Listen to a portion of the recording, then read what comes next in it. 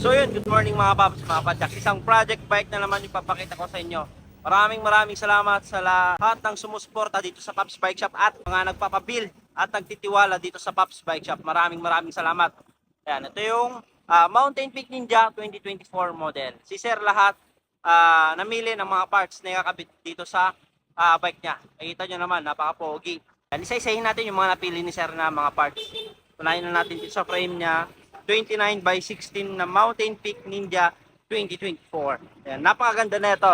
Ayan, last stock na natin tong nakakuha ni Sir. Buti nakaabot pa siya. Ito yung Chameleon Gray or Glossy Gray na tinatawag. Ayan. Itong Mountain Peak Ninja, naka quick release, naka smooth weld, tapered, napakaangas ng head tube niya, naka silk bearing headset na. Ayan, basta mga project bike natin, silk bearing. Mountain Peak negative 17. Yan, napakaganda. Back sweep, handlebar, Mountain Peak din, syempre. Mountain Peak grip. Yan. Shimano MT200 brake set. Jore shifter na 12 speed. Naka 1x12 setup tong project bike ni Sir. Ito namang fork niya. Kahapon, kinabitan natin ng all black. Gusto ni Sir yung may accent sa may bandang fork niya. Kaya ginamitan natin ng Mountain Peak XS1 na kulay gold orange yung stanchion. Ito naman sa gulong niya. Gusto niya tan wall. Kaya syempre masusunod ng mga lahat ng request ng customer natin. Basta pasok sa budget. Naka Recon Race 29x2.5 fast rolling tire. Naka Heroic hubs, oil slick. Tinero natin dito sa frame ni Sir. Ayan. Pops Pro 1 spoke, Heroic rim. Ito naman tayo sa upuan niya, Mountain Peak din. Mountain Peak na seat post dual lock. Naka all type na seat clamp. Dito naman tayo sa pedal niya. Yan. Seal bearing pedal alloy. Dito naman tayo sa crankset. Upgraded na rin. Jore M6100 crankset. 32 teeth. Dito sa BB niya, Shimano din. Jore chain M6100.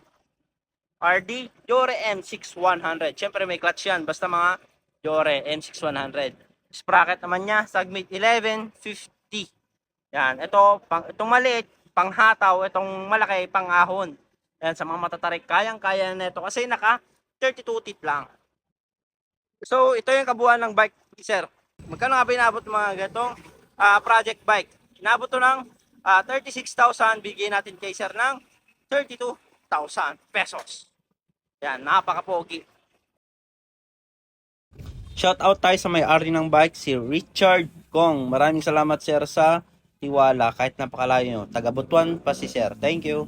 Mga nasa malalayong lugar naman na gusto magpakita ng suportas dito sa Pops Bike Shop at gusto mag-order, ayan, visit lang kayo dito sa mga legit account namin. Dito lang kayo pwedeng makipag-transact para legit at di kayo may scam.